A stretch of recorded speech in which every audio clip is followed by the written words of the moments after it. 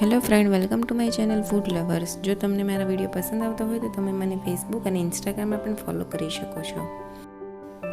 આજે આપણે બનાવીશું લસણ અને આદુનું ખાટું અથાણું.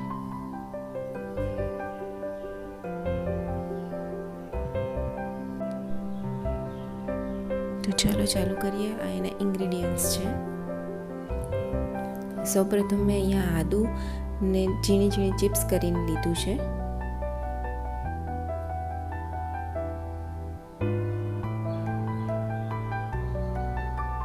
250 ગ્રામ જેટલી લસણની કળી લીધી છે. બને તો નાની કળીઓ લેવાની, જેથી અથાણું ઝડપથી તૈયાર થઈ જાય.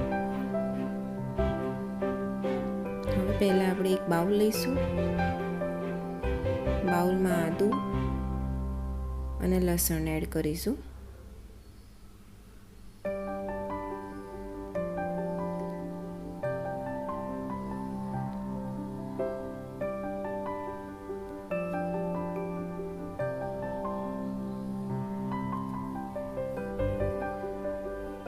હવે એમાં લગભગ એક મોટી ચમચી જેટલી હળદર નાખીશું.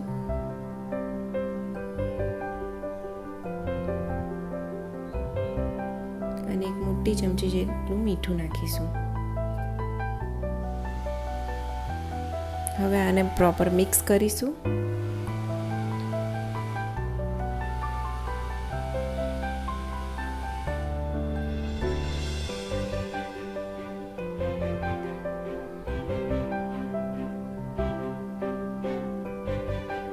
ત્યારબાદ તેને ઢાંકીને લગભગ આખી રાત મૂકી રાખવાનું છે, અથવા તો 7 થી 8 કલાક માટે.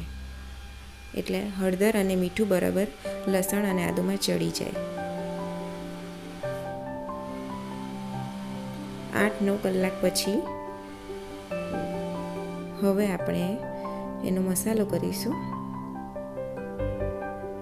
મસાલા માટે મેં અહીંયા ખાટા અથાણાનો સંભાર લીધો છે, 250 ગ્રામ.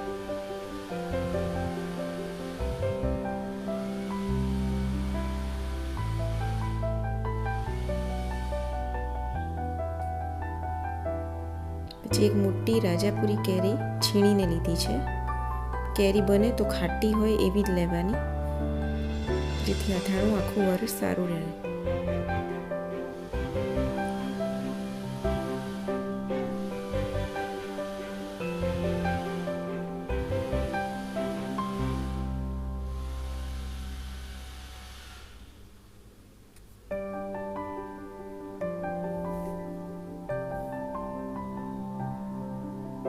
બરાબર મિક્સ કર્યા બાદ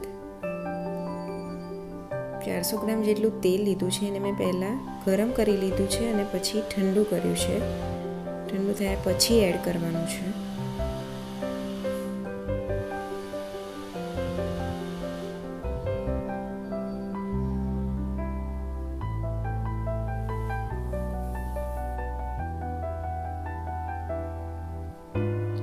હવે અથાણાને બરોબર મિક્સ કરી લેવાનું છે.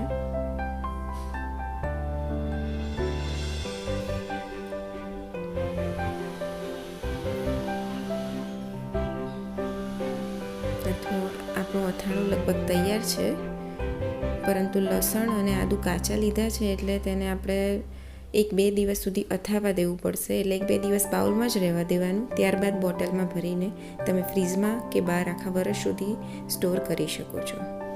તો ફ્રેન્ડ, જો તમને મારી રેસીપી પસંદ આવે તો તમે મારા વિડીયોને શેર કરો અને ચેનલને સબસ્ક્રાઈબ કરવાનું ના ભૂલતા. Thank you.